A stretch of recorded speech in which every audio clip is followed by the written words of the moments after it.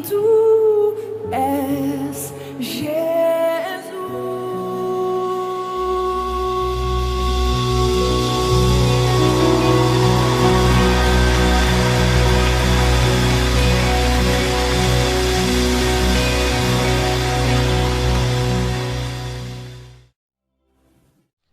Olá, meus queridos irmãos e irmãs, paz, saúde e alegria a todos vocês. Que alegria podermos estar novamente contactando, felizes com a reunião da igreja, com a unidade da igreja, com a consagração da igreja, a consagração das famílias. Isso é muito bom. Deus tem nos dado um tempo interessante de experiência de separação geográfica, mas de aproximação espiritual cada vez maiores. Então nós damos graças a Deus por todos vocês. Nós pedimos ao Senhor que agracie cada vez mais as famílias, os jovens, os adolescentes, as crianças, os idosos, e todas as famílias permaneçam centradas no Senhor. Vamos refletir mais uma vez a palavra de Deus.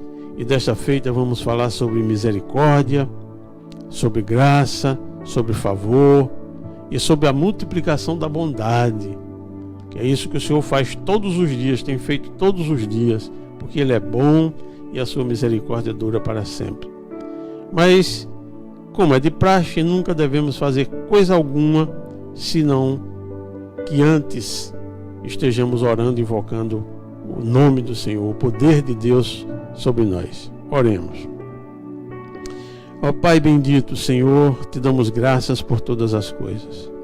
Te louvamos, ó Pai, pelas curas que o Senhor tem promovido, pelo bem-estar nas famílias que o Senhor tem promovido, pela calmaria, pela paz, pela santidade, pelo Espírito de Deus que o Senhor tem derramado sobre nós, pelos dons espirituais que o Senhor tem dado relevância nesse tempo. Ó Deus, pelo avivamento que está se formando na igreja em toda a terra, mesmo em meio a essa dificuldade que nós estamos enfrentando. Muito obrigado, Senhor, por perdoares os nossos pecados, as nossas ofensas, e teres assim tanta misericórdia de nós, e multiplicares o teu favor sobre cada um de nós. Estares fazendo tanto aqui das nossas localidades, quanto nos mais difíceis lugares da terra, os mais fechados, os mais distantes, onde a palavra do Senhor tem sorrateiramente entrado, não apenas nos territórios físicos, mas sobretudo no território espiritual das pessoas. Muito obrigado, Senhor, pela tua palavra que é bendita, que é luz para o nosso caminho, que é lâmpada para os nossos pés. Abençoa-nos, ó Pai, agora e sempre. Nós te rogamos com perdão dos nossos pecados, em nome de Jesus. Amém. Graças a Deus. Pois bem, irmãos, vamos abrir a palavra de Deus para aqueles que estiverem com a sua Bíblia na mão, aqueles que não a tiverem, ouçam com atenção ou marquem em algum lugar. Nós iremos refletir dessa feita no capítulo 6 do Evangelho de Jesus Cristo segundo João, onde é relatada a primeira multiplicação de pães. E esse fato tem uma configuração muito importante para nós em qualquer tempo, mas sobremodo nesse tempo difícil que a gente está enfrentando, em que muitas pessoas têm perdido seus empregos, em que muitas famílias têm passado por sérias dificuldades, em que as pessoas têm perdido o poder aquisitivo, e aí precisamos mais do que nunca da unidade, da união de uns dos outros, favores de uns dos outros, mas sobretudo e acima de tudo, da graça de Deus, do favor de Deus sobre a nossa igreja espalhada pelo mundo afora. Então, no Evangelho de João, capítulo 6, assim está escrito: algum tempo depois, Jesus partiu para outra margem do mar da Galileia, ou seja, o mar de Tiberíades. E grande multidão continuava a segui-lo, porque vira os sinais milagrosos que ele tinha realizado entre os doentes. É muito normal, irmãos, que em todos os tempos, todas as épocas, e sobremodo na época da existência terrena de Jesus, enquanto Jesus viveu entre nós, muito comum que as pessoas procurassem a Jesus pelo que Jesus pode dar e não pelo que Jesus é.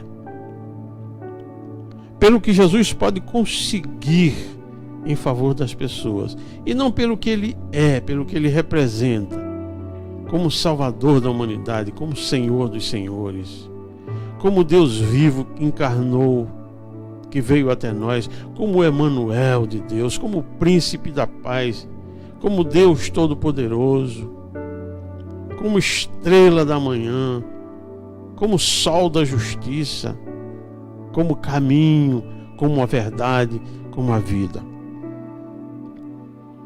E o texto continua dizendo que grandes multidões acompanhavam Jesus e traziam seus doentes para que ele os curasse. E assim acontecia. Jesus curava naquela época como cura hoje e como Deus sempre curou pessoas na humanidade inteira. Assim ele está fazendo nesse tempo presente os milagres mais tremendos, tirando pessoas do leito de morte, da condição de vítimas para a condição de vitoriosos. O versículo 5 diz: levantando os olhos e vendo uma grande multidão que se aproximava, Jesus disse a Filipe: onde compraremos pão para todo esse povo comer? Fez essa pergunta apenas para colocar em prática e colocar à prova todos aqueles, pois já tinha em mente o que ia fazer. Olha o que é que isso nos traz de lição para esse tempo.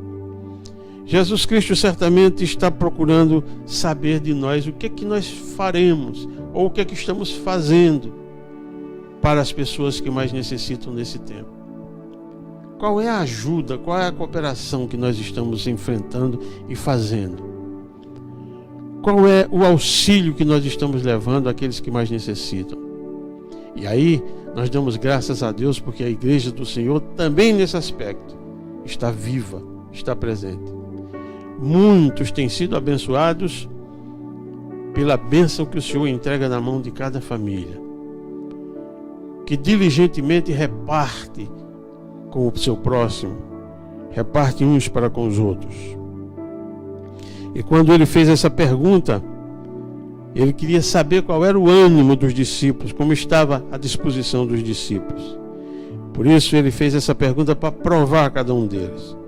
No versículo 7 vem a resposta. Filipe então respondeu: 200 denários não comprariam pão suficiente para que cada um recebesse um pedaço. Outro discípulo, André, irmão de Simão Pedro, tomou a palavra e disse: aqui está um rapaz com 5 pães de cevada e 2 peixinhos. Mas o que é isso para tanta gente? Disse então Jesus: mandem o povo assentar-se. Aqui vem outro exemplo importante.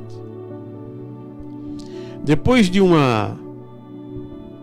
esclarecimento de que os recursos eram poucos, eram parcos, Jesus não se intimidou, Jesus não deu um passo atrás, Jesus não se intimidou com o pouco que ali tinha. Ele mandou que o povo assentasse.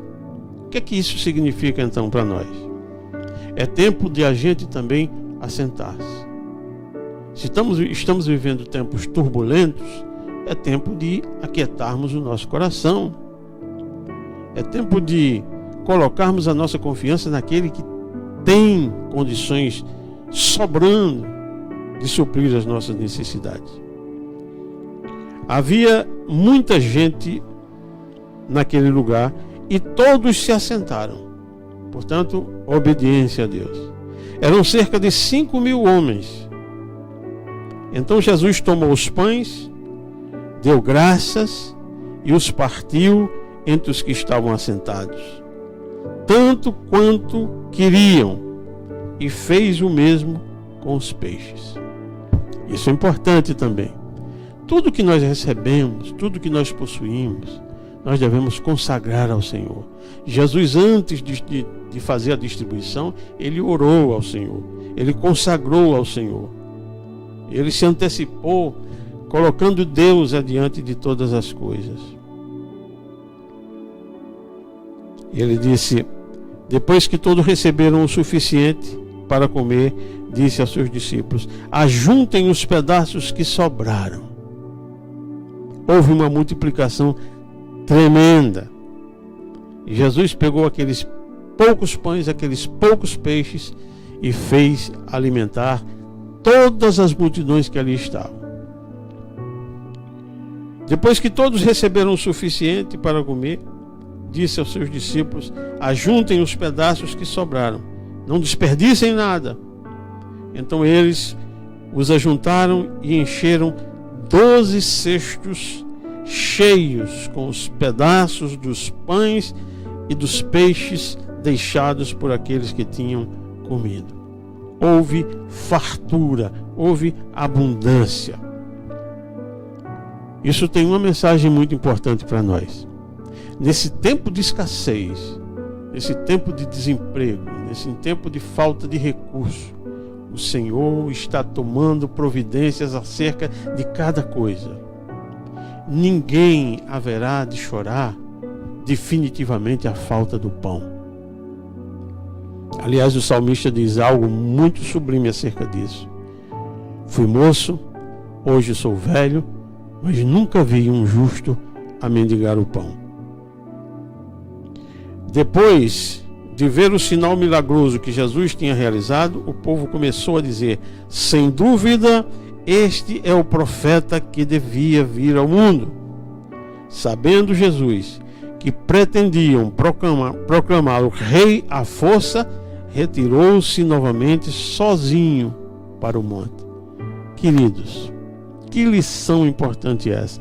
Jesus não veio até nós porque gostava de importância, porque gostava de destaque, porque gostava dos primeiros lugares, porque gostava da tapinha nas costas, dos favores, das bajulações. Não! Jesus evitava diametralmente isso, sabendo Jesus que pretendia proclamá-lo rei, politicamente rei, ele evitou, porque na verdade ele veio como rei dos reis, senhor dos senhores, e queriam fazer dele rei de Israel à força. Portanto, Jesus retirou-se novamente sozinho para o monte. E todas as vezes que Jesus ia para o monte, ele iria para orar a Deus, ou por gratidão, ou por petição, ou por consagração. A lição que fica para nós, irmãos, nesse tempo de dificuldades, é que o Senhor tem cuidado de nós. Há provisão de Deus para nós. O Senhor nunca nos desamparará. Você nunca ficará sem o favor de Deus, se assim você o desejar. Renda-se hoje aos pés do Senhor. Peça a Deus misericórdia, graça.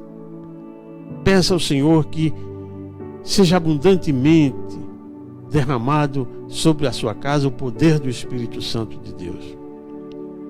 A nossa oração continua sendo essa, de que você seja profundamente impactado pela palavra de Deus, abençoado por Deus, que a sua família seja uma bênção de Deus nesse mundo. Deus abençoe a sua cidade, Deus abençoe o estado da Paraíba, Deus abençoe o Brasil, Deus abençoe o mundo inteiro, em nome e para a glória de Jesus. Amém e graças a Deus.